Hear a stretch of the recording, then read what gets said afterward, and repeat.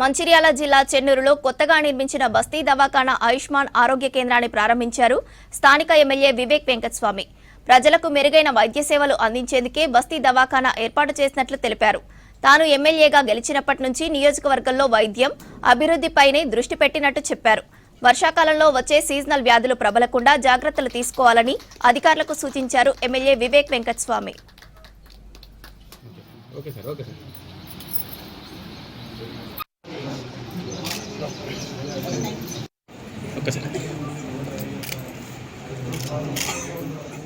బస్తీలో ఒక దవాఖాన ఉంటే బాగుంటుంది.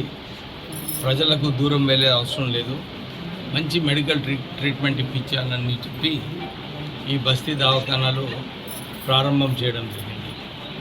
ప్రజలందరూ కూడా సరిగా ఉపయోగించుకోవాలి. ఈ బస్తీ దవాఖానాలు మంచిగా నడిచి తర్వాత మన చెన్నూరులో ఉన్న 50 బెడెడ్ హాస్పిటల్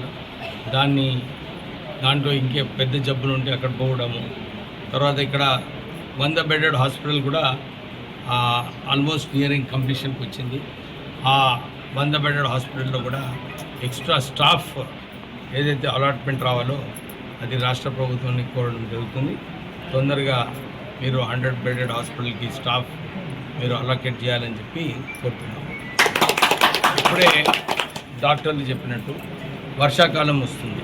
వర్షాకాలం వచ్చినప్పుడు చాలా చోట్ల కూడా మురికి నీళ్ళు నిలబడము, దానివలన మస్కిటోస్ ఎక్కువ రావడము, డిజీజెస్ అన్నీ కూడా ఆ సమయంలో ఎక్కువ డిజీజెస్ వచ్చే అవకాశాలు ఉన్నాయి.